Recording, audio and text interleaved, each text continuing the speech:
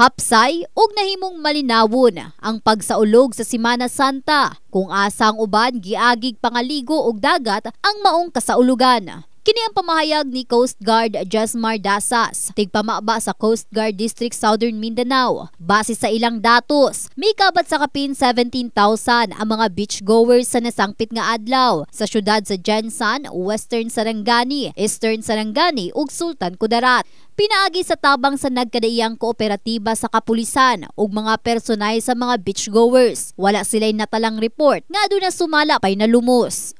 Lahat po is sumusunod naman po sa rules and regulation, resulting to zero incident po ang nangyari.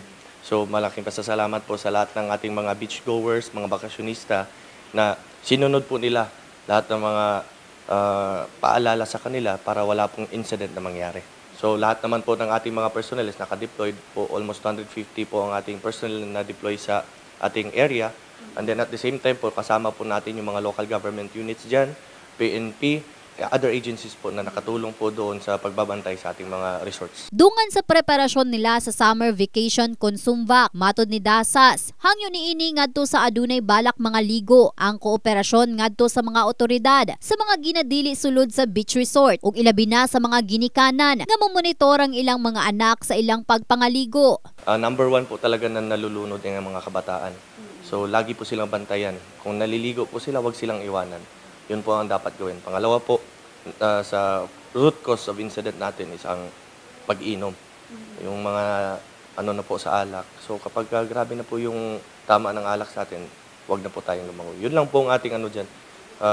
Monitor everyone, wag uminom, and then wag masyado pong lumayo. Ubay-ubay na sab ang mga pasahero sa Bulaong Terminal Jensan aron nga manguli sa ilang tagsa-tagsa ka mga lugar. Matud ni Raymond Ledesma labaw sa Bulaong Terminal, malipayon kining nahimong hapsay ang biyahe atol sa Semana Santa ug wala sumala pa sila'y nadawat nga report nga adunay maot nga nahitabo sulod sa ilang area of responsibility. Gani bisan pa man nga nahuman na ang Semana Santa, matud ni Ledesma, padayon gihapon ang ilang hugot nga monitoring ug pagpahibalong ngadto sa publiko ang pakigkooperar kanila, ilabi na ngadto sa mga otoridad alang sa kaayuhan sa publiko. Sa awa ng Diyos, wala naman tayong mga untoward incident na report, no? Wala namang mga negative na paabot sa opisina natin.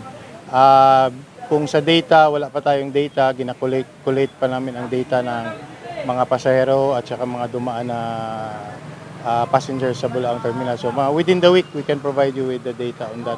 But in general, peaceful naman. In the heart of changing lives, kini si Russell Jean Mantile. Sa Brigada News Jensan, Brigada News.